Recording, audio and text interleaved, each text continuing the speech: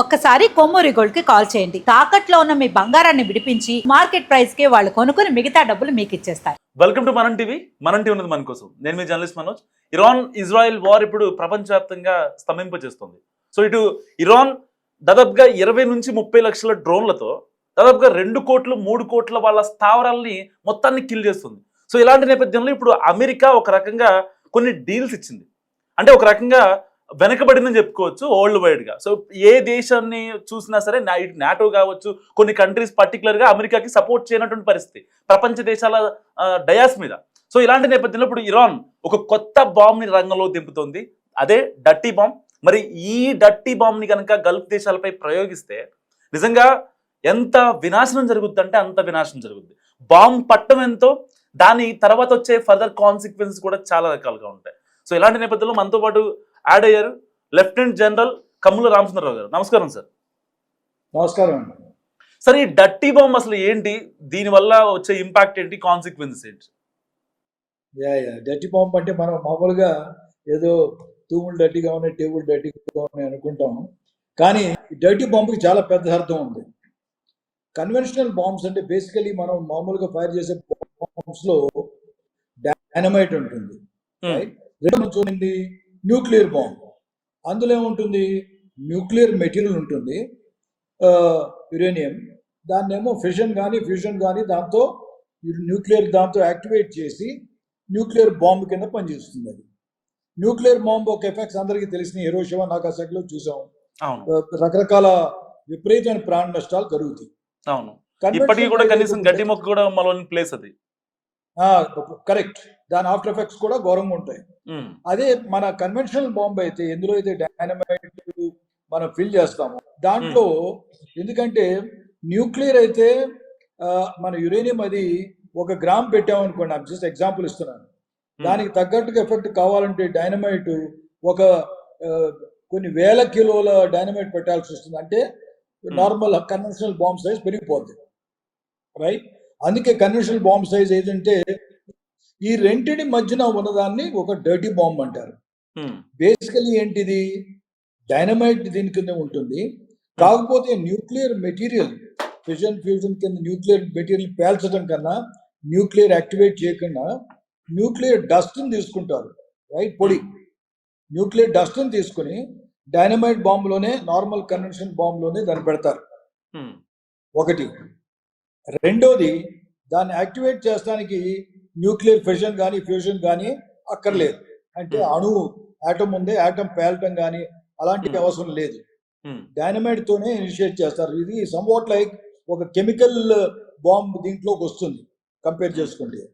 కాకపోతే దీని ఎఫెక్ట్ ఏంటి, పేలినప్పుడు ఈ న్యూక్లియర్ డస్ట్ ఉంది, ఆ డస్ట్ ఏమో స్ప్రెడ్ అవుతుంది. సో ఏంటిది, న్యూక్లియర్ వెపన్ అంత సివియర్ పనిష్మెంట్ ఇవ్వకుండా, కానీ న్యూక్లియర్ డస్ట్ ఉండటం మూలాన దానికి తగ్గట్టుగానే దానికన్నా తక్కువ డైనమైట్ ఒరిజినల్ కన్వెన్షనల్ బాంబ్ ఉంది, కన్వెన్షనల్ బాంబ్ కన్నా కొంచెం పవర్ఫుల్ గాను వస్తుంది. కాకపోతే డర్టీ బాంబ్ నుంచి వచ్చే సీజియం కావచ్చు, కోబాల్ట్ 60 కావచ్చు, వీటి వల్ల అంటే శ్వాసకోశ ఇబ్బందులు ఇలాంటివి తలెత్తే అవకాశం ఉందంటారా? అబ్సల్యూట్లీ, మీరు చెప్పింది కరెక్ట్. ఈ రెండింటి మధ్యన అయినప్పుడు ఏమవుతుందంటే ఈ డస్ట్ తో సైకలాజికల్ ఎఫెక్ట్స్ ఒకటి. ఎందుకంటే ఫస్ట్ న్యూక్లియర్ బాంబ్ పేలుతుంది అనుకున్న దీంట్లో సైకలాజికల్ ఎఫెక్ట్ ఈజ్ హ్యూజ్. తర్వాత ఈ కొన్ని సైడ్ ఎఫెక్ట్స్ ఉన్నాయే, రైట్? పర్మనెంట్ గా న్యూక్లియర్ బాంబ్ అంత పవర్ఫుల్ గా పర్మనెంట్ గా లాస్టింగ్ ఉండవు, రైట్? బేసికలీ ఏంటంటే కన్వెన్షనల్ బాంబ్ కన్నా పవర్ఫుల్ గా ఉంటాయి, న్యూక్లియర్ బాంబ్ కన్నా తక్కువ ఉంటాయి. కానీ కొన్ని న్యూక్లియర్ ఎఫెక్ట్స్ ఉంటాయి, కానీ లాస్టింగ్ పర్మనెంట్ గా లాస్టింగ్ ఒక కొన్ని సంవత్సరాలు, లైక్ హిరోషిమా నాగాసాకి మీరు అన్నట్టుగా పచ్చగడ్డికి కూడా మొలవకుండా అలాంటి ఎఫెక్ట్ మాత్రం జరగదు. కానీ ఖచ్చితంగా ఎకానమీ చూసుకున్నా సరే, ఎకనామికల్ గా చూసుకున్నా సరే, సైకలాజికల్ గా చూసుకున్నా సరే, ఓవరాల్ ఖచ్చితంగా మనిషి మీద ఎఫెక్ట్ ఎక్కువ ఉంటుంది, డైనమైట్ కన్నా ఎక్కువ ఉంటుంది. కాకపోతే ఆ భయం ఉంటుంది, సగం మంది డర్టీ బాంబ్ అనేటప్పటికల్లా అమ్మో న్యూక్లియర్ వేస్తున్నారని. So psychological effect itself, కొంతమందికి ఏంటంటే సైడ్ ఎఫెక్ట్స్ కూడా దీని వల్ల ఉంటాయి. So it is bigger than psychological effect ఇస్తానికి. ఇట్ ఈస్ సర్టన్లీ డైనమైట్ కన్నా, కన్వెన్షనల్ బాంబ్ కన్నా ఖచ్చితంగా పెద్దది, కానీ న్యూక్లియర్ పరిధిలోకి రాదు. యాక్చువల్ చెప్పాలంటే న్యూక్లియర్ బాంబ్ కాదు. సరే ఇప్పుడు అంటే హార్మోజ్ జలసంధిని ఎలాగైనా సరే తెరవమని అన్ని దేశాలు కూడా కొంచెం ఇరాన్ కి ఒక రకమైన వార్నింగ్ ఇస్తున్న పరిస్థితి. సో ఇలాంటి సిచ్యువేషన్ లో హార్మోజ్ ని తెరవకుండా ఇప్పుడు ఈ డర్టీ బాంబ్ తో ఒక ఎక్స్ట్రీమ్ పొజిషన్ కి వెళ్లాల్సిన అవసరం ఇరాన్ కి ఎందుకు వచ్చింది అంటారు? ఇప్పుడు హార్మోజ్ దీనికి ఏంటి సంబంధం లేదు, సంబంధం ఉందని నేను అనుకోను. ఎందుకంటే ఇతని దగ్గర మిసైల్స్ ఉన్నాయి ఇంకా. ఎందుకంటే మొదటి నుంచి 3000 బాలిస్టిక్ మిసైల్స్, ఒక 80,000 సుమారు డ్రోన్స్ ఉన్నాయి అవి చెప్తున్నారు. ఇప్పుడు లేటెస్ట్ డ్రోన్స్ కూడా ఆర్షా అనేది కొత్త డ్రోన్ వచ్చినట్టు కూడా చెప్తున్నాడు ఇరాన్, రైట్? ఎప్పుడైతే మిసైల్స్, ఈ మామూలు మిసైల్స్ కన్నా ప్రపంచాన్ని భయపెట్టాలి, ప్రజల్ని భయపెట్టాలి, రైట్? ఆ ఉద్దేశం ఉన్నోడు ఖచ్చితంగా డర్టీ బాంబ్ ప్రయోగిస్తారు. కానీ డర్టీ బాంబ్ ఏంటంటే న్యూక్లియర్ పరిధిలోకి రాదు కాబట్టి న్యూక్లియర్ బాంబ్ వేయలేదన్న దీనికో ప్రపంచం అంతా వాళ్ళని చేయదు, right? But lesser than nuclear bomb, దాని ఎఫెక్ట్ సుమారు మేబీ పర్సంటేజ్ చూసుకుంటే 30 న్యూక్లియర్ బాంబ్ ఉన్న ఎకనామిక్ గా చూసుకుంటే తేగలదు. సో నేను అనుకోవటువంటి హార్మోస్కి దీనికి సంబంధం లేదు. తన దగ్గర బేసికల్ ఏంటంటే ఏదైతే బాంబులు ఉన్నాయో అవి ప్రయోగిస్తున్నప్పుడు అతని దగ్గర పాసిబిలిటీ ముందే చేసుకుని ఉంటారు నేను అనుకోవటం ఇరాన్. కొన్నేమో కన్వెన్షనల్ బాంబ్స్, కొన్ని డర్టీ బాంబ్స్, కానీ గ్రాడ్యుయేట్ అవ్వలేదు వాళ్ళు ఇంతవరకు. నేను అనుకోవటం ఏంటంటే న్యూక్లియర్ బాంబు చేయగల స్తోమతకి చేరలేదు. ఇజ్రాయెల్ కూడా ఇంతకుముందు అంటుంది, ఏమంటుంది, వీళ్ళు న్యూక్లియర్ బాంబుకి దరిదాపుల్లో ఉన్నారు, యురేనియం ఎన్రిచ్మెంట్ సుమారు 80% దాటాలి. కానీ ప్రస్తుతం మనకు తెలిసి చూసుకుంటే 60-70% లో ఉన్నారు వాళ్ళు. సో ప్రస్తుతం వాళ్ళ దగ్గర యురేనియం అయితే ఉంది. ఇరాన్ దగ్గర ఆల్రెడీ 460 kgs సుమారుగా, అప్పుడు నియర్లీ లెస్ దెన్ 500 kgs ఉన్నట్టుగా వాళ్ళు డిక్లేర్ చేశారు మా దగ్గర ఎంత ఉందనేసి. కానీ అవి మేము పీస్ఫుల్ పర్పస్ వాడతాం అన్నారు. దాంతో పాటు వీళ్ళ దగ్గర న్యూక్లియర్ డస్ట్ కూడా ఉంటుంది. So process of nuclear dust అంటే గుర్తొచ్చింది, దాన్ని మళ్ళీ క్లీన్ చేయాలంటే చాలా ఖర్చు అవుద్దని చెప్పి విన్నాం. అది ఎంతవరకు కరెక్ట్? డస్ట్ ప్రాబ్లం ఏంటంటే ఎక్కడైతే మీరు కోపం టోటల్ ఈ డస్ట్ ఎక్కడెక్కడ అవుతుందో దాన్ని బట్టి న్యూక్లియర్ వార్ఫేర్ దీంట్లోకి వస్తుంది. ఆ క్లీనింగ్ ప్రాసెస్ మటుకు న్యూక్లియర్ పరిధిలోకి వస్తుంది, న్యూక్లియర్ వార్ఫేర్ లోకి వస్తుంది. ఎందుకంటే న్యూక్లియర్ వార్ఫేర్ లో క్లీనింగ్ ప్రాసెస్ ఫస్ట్లీ ఆ క్లీన్ చేసేవాడు is got to wear the entire nuclear uniform వేసుకోవాలి, రైట్? న్యూక్లియర్ మాస్కులు పెట్టుకోవాలి.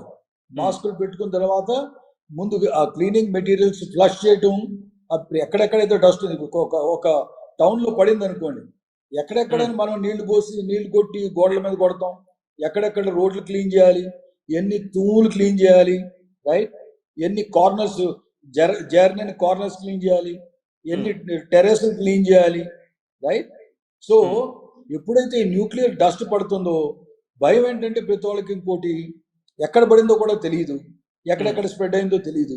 ఎందుకంటే డస్ట్ అనుకున్నప్పుడు ఇప్పుడు మనం చూస్తున్నాం ఢిల్లీలో ఏమవుతుందో స్మాగ్, రైట్? అలాగే ఈ డస్ట్ ఎక్కడెక్కడికి అక్కడ టెరైన్ కండిషన్స్ ఏమున్నాయి, అప్పుడు వెదర్ కండిషన్స్ ఎలా ఉన్నాయి, వెదర్ కండిషన్స్ ఉన్నాయి అనుకోండి, ఒక విండ్ స్పీడ్ ఎక్కువ ఉంది, రైట్? దాంతో ఏంటంటే దాని స్ప్రెడ్ ఎక్కువ ఉంటుంది. కనుక ఇంపార్టెంట్ ప్లేస్ లో వేస్తే మటుకు ఆ క్లీనింగ్ ప్రాసెస్ రేంజ్ ఎంత వరకు ఉండొచ్చు? అంటే టార్గెట్ ఇజ్రాయెల్ గా ఉండొచ్చా, ఇటు గల్ఫ్ దేశాలను కూడా వేసేయొచ్చా ఈ డర్టీ బాంబ్ తో? దాంతో ఏంటంటే అది క్లీన్ చేస్తానికి నెలల తరబడి పడుతుంది. It's not a joke. ఆ క్లీన్ చేసి వచ్చిన వాటర్ ని మళ్ళీ ఎలా డిస్పోజ్ చేయాలి? న్యూక్లియర్ వార్ఫేర్, ఎందుకంటే మనం అందరం న్యూక్లియర్ వార్ఫేర్ పరిధిలోకి వెళ్ళకూడదు అనుకుంటాం. న్యూక్లియర్ ఎఫెక్టే కాదు, దాని తర్వాత క్లీన్ చేసుకుంటాం, దాని తర్వాత తయారు చేసుకున్నదే మహా పెద్ద పని. ఆ న్యూక్లియర్ ఇప్పుడు క్లీన్ చేసి, జస్ట్ సింపుల్ ఎగ్జాంపుల్, ఆ న్యూక్లియర్ డస్ట్ ని క్లీన్ చేశారు, వాటర్ లో పడింది. అది ఆ వాటర్ ఎక్కడ డిస్పోజ్ చేయాలి, ఎలా కలెక్ట్ చేయాలి? అది తీసుకెళ్ళిన తర్వాత మనం ఏదైనా లారీల్లోనూ ట్రక్కుల్లోనూ ఆయిల్ ట్యాంకర్స్ లో తీసుకెళ్ళాం, మళ్ళీ ఆ ఆయిల్ ట్యాంకర్స్ క్లీన్ చేయాలి. తీసుకెళ్ళి ఎక్కడ వేస్తాం? సముద్రంలో వేసామంటే సముద్రం దాంట్లో ఫిషరీస్, మెరీన్ లైఫ్ కూడా ఎఫెక్ట్ అవుతుంది. సో ఎంతో తీసేసి ఒక 100 feet 50 feet మన భూభాగంలోకి తవ్వి డీప్ వెల్స్ తోవి దాంట్లో కనుక దీస్ ఆర్ ద ప్రాబ్లమ్స్. మీరు అన్నట్టు డర్టీ బాంబ్తో చావు ఎక్కువ లేకపోయినా దాంతో వచ్చే న్యూసెన్స్ వాల్యూ మేబీ అందుకని డర్టీ బాంబ్ దానికి వచ్చే న్యూస్ వాల్యూ ఉంది. మనుషుల మీద కొన్ని ఎఫెక్ట్లు కానివ్వండి, తిరిగి మళ్ళీ క్లీన్ చేసుకోవడం కానివ్వండి, పెద్ద పెద్ద సిటీలు వేసారంటే, క్యాపిటల్ వేసారనుకోండి, ఆ క్యాపిటల్ని తిరిగి వాడుకోవాలంటే విపరీతమైన పని ఉంది. It is not easy joke. దీన్ని గాల్లోనే కిల్ చేసే వ్యవస్థ అమెరికా దగ్గర లేదంటారా సార్? గాల్లో ప్రాబ్లమ్స్ ఉన్నాయి బాబు. ఇప్పుడు ఏంటంటే గుడ్ క్వశ్చన్, కానీ మిసైల్ డిఫెన్స్ లో మీరు అన్నట్టుగా ట్రాజెక్టరీలో ఉండగానే పేల్చేస్తున్నారు. అవును, అసాధ్యం అంటారా? అది స్పెసిఫిక్. ఫర్ ఎగ్జాంపుల్, ఒక the bomb is aimed at మన ఎమ్మెల్యే అసెంబ్లీ హాల్ దగ్గర ఏం చేశాడు, కానీ అంత ముందే దాన్ని ఫైర్ చేస్తే ఆ డస్ట్ స్ప్రెడ్ ఉంది అసెంబ్లీ హాల్ చుట్టుపక్కల స్ప్రెడ్ అవ్వకుండా ఇంకా ఎక్కువ. ఎందుకంటే ఎంత హైట్ నుంచి మీరు దాన్ని బ్లాస్ట్ చేస్తారో అంత ఎక్కువ అవుతుంది. ఇప్పుడు కెనిస్టర్ బాంబ్స్ అని మీరు చూస్తున్నారు ఈ వార్ లో, రైట్? కెనిస్టర్ బాంబ్ ఫైర్ చేస్తున్నారు. కెనిస్టర్ బాంబ్స్ అంటే ఏంటి? చిన్న చిన్నవి పైన ఎత్తుగా కిందకు వచ్చి ఫైర్ అవ్వకుండా కింద నేల మీద పడి పేలవై ఎయిర్లో ఉండగానే ఎక్కువ పేలుతాయి. పేలితే ఏమవుతుంది? దాని స్ప్రెడ్ ఉంది, ఓవరాల్ స్ప్రెడ్ మీరు చూసి ఏరియా చేస్తుంది. అప్పుడు ఈ న్యూక్లియర్ డస్ట్ ఎక్కడెక్కడ పడింది, ఎలా పడింది, ఇవన్నీ అప్పుడు ఇంకా ఎయిర్లో దాన్ని ఇంటర్సెప్ట్ చేసి దాన్ని కిల్ చేస్తానికి ప్రయత్నిస్తే దాని ఎఫెక్ట్స్ ఇంకా పెద్ద ఏరియాలో కూడా వెళ్ళొచ్చు. వేరే అది వచ్చి యాక్చువల్గా కింద పడితే దాని స్ప్రెడ్ ఓవరాల్ చూసుకుంటే లెటెస్ట్ 1 కిలోమీటర్ ఉందనుకోండి. అదే మనం ఎయిర్లో అది పేల్చామనుకోండి, 1 కిలోమీటర్ రేడియస్ కాకుండా ఒక 5 కిలోమీటర్ల రేడియస్లో స్ప్రెడ్ అవుతుంది. So you can imagine, instead of a small area పైన ఎంత పైన పేలిస్తే బాంబు ఒక స్ప్రెడ్ అంత ఎక్కువ ఉంటుంది. అందుకని అంత ఈజీ కాదు, అది ఇంటర్సెప్ట్ చేయొచ్చు. టెక్నికలీ మీరు అంత కరెక్టే, ఇంటర్సెప్ట్ చేస్తానికి ప్రాబ్లమే లేదు. ఎందుకంటే బాంబుని ట్రెజెక్టరీ చూసుకుంటారు, దాని సిగ్నల్ చూసుకుంటూ రకరకాల ఎయిడ్స్ ఉన్నాయి మన దగ్గర, అవన్నీ చూసుకుని ట్రెజెక్టరీ ఫాలో అవుతాం. ఓకే, ఇక్కడ స్టార్ట్ అయింది, ఇక్కడ పడే దారి ఉంది, దారిలో దాన్ని మనం ఇంటర్సెప్ట్ చేయొచ్చు. ఈ పాయింట్లో మనం ఇంటర్సెప్ట్ చేస్తానికి క్యాల్కులేషన్స్, అల్గోరిథమ్స్ చాలా ఉన్నాయి, క్లియర్గా ఇంటర్సెప్ట్ చేయొచ్చు. కానీ ఇంటర్సెప్ట్ చేస్తే వచ్చేదల్లా ఇంతకుముందు వచ్చింది 1 స్క్వేర్ కిలోమీటర్లో స్ప్రెడ్ అవుతుంది అనుకోండి కింద పడితే. అదే పైనుంచి పేలితే 1 స్క్వేర్ కిలోమీటర్ కన్నా ఎక్కువ 5 స్క్వేర్ కిలోమీటర్స్ అది ఎక్స్టెండ్ అవ్వచ్చు. అది ఫైనల్ గా ఒకటి చెప్పండి, ఒకవేళ డర్టీ బాంబ్ ని కనుక ఇరాన్ ప్రయోగించగలిగితే సక్సెస్ఫుల్ గా, ఇజ్రాయెల్ అమెరికా భయపడే అవకాశం ఉందంటారా? జరిగే నష్టం పక్కన పెట్టద్దు, అసలు భయపడే అవకాశం ఉందా లేదా? ఎందుకంటే ఇప్పటికే అమెరికా భయపడుతుంది ఇరాన్ చూసి. దశాబ్దాలుగా వీళ్ళ సొంత టెక్నాలజీతో తయారు చేసుకున్న ఏదో సైనసిక్స్ కావచ్చు, వెపన్స్ కావచ్చు, క్షిపణులు కావచ్చు, అన్ని వీళ్ళు తయారు చేసుకున్నవి, ఏ ఒక్కరి మీద ఆధారపడలేదు. సరే, కొద్ది గొప్ప రష్యా మీద ఆధారపడింది ఇరాన్ కొన్ని వాటిలలో, కానీ ఇప్పుడు ఫైనల్ గా డర్టీ బాంబ్ ని రంగంలో దింపుతుంది కాబట్టి ట్రంప్ ఇటు ఇజ్రాయెల్ భయపడే అవకాశం ఉందంటారు. ఫస్ట్లీ ఏంటంటే డర్టీ బాంబ్ ఇన్వాల్వ్ చేస్తే మటుకు వార్ అగ్రవేట్ అవుతానికి ఖచ్చితంగా కారణాలు ఉన్నాయి, ఇంకా సీరియస్ అవుతానికి. ఫస్ట్లీ రైట్, యుఎస్ అవనివ్వండి, ఇజ్రాయెల్ అవనివ్వండి, that is very clear, right? ఎందుకంటే యాక్చువల్ న్యూక్లియర్ వార్ఫేర్ పరిధిలోకి రాకుండానే కొంత న్యూక్లియర్ పరిధిలోకి వస్తున్నట్టే దీని సంకేతం. ఇది ఎప్పుడైతే మీరు స్టార్ట్ చేస్తారో, ఇప్పుడు సిమిలర్లీ అగ్రివేట్ అయింది అనుకోండి, ఇజ్రాయెల్ కూడా వాడచ్చు. అలాగే ఇజ్రాయెల్ అప్పుడు ఆల్రెడీ న్యూక్లియర్ డస్ట్ యూజ్ చేసి డర్టీ బాంబ్ చేస్తున్నాడు అనేసి ఎక్కడో ఒక చోట న్యూక్లియర్ బాంబు. ఎందుకంటే ఇజ్రాయలీస్ యాక్చువల్లీ నెతన్యాహు ఉన్నాడంటే అతను ఏమంటున్నాడు, బేసికలీ ఎలాగైనా సరే ఎలా నాశనం చేయాలని. సో విసిగి వేసారిపోయి ఇలాంటివి వాడుతున్నాడని చెప్పి ప్రపంచానికి అప్పుడు చెప్పుకుంటానికి అతనికి కూడా ఏంటంటే గొప్ప ఇది ఉంది. నేను ఎందుకు న్యూక్లియర్ బాంబ్ వేసానంటే వాడు ఆల్రెడీ మొదలుపెట్టాడు, డర్టీ బాంబ్ మొదలుపెట్టాడు, న్యూక్లియర్ టెస్ట్ అని. సో నేను అనుకోవడం ఏంటంటే ఇరాన్ అంత త్వరగా న్యూక్లియర్ బాంబుకి డర్టీ బాంబుకి గ్రాడ్యుయేట్ అవ్వదు. నేను అనుకోవటం ఏంటంటే బెదిరిస్తానికి ఖచ్చితంగా ఉంది. ఎందుకంటే వాడి దగ్గర న్యూక్లియర్ బాంబు లేదు. న్యూక్లియర్ బాంబు నేను ఫైర్ చేస్తానని అందరూ అనుకోరు కూడా. అందుకని ఇంకో విధంగా భయపెడతానికి కారణం ఏంటి, నా దగ్గర డర్టీ బాంబు ఉంది, దాన్ని నేను వాడగలను అని. సో ఒక విధంగా చూస్తే ఇది న్యూక్లియర్ డెటరెన్స్ పరిధిలోకి వస్తుంది.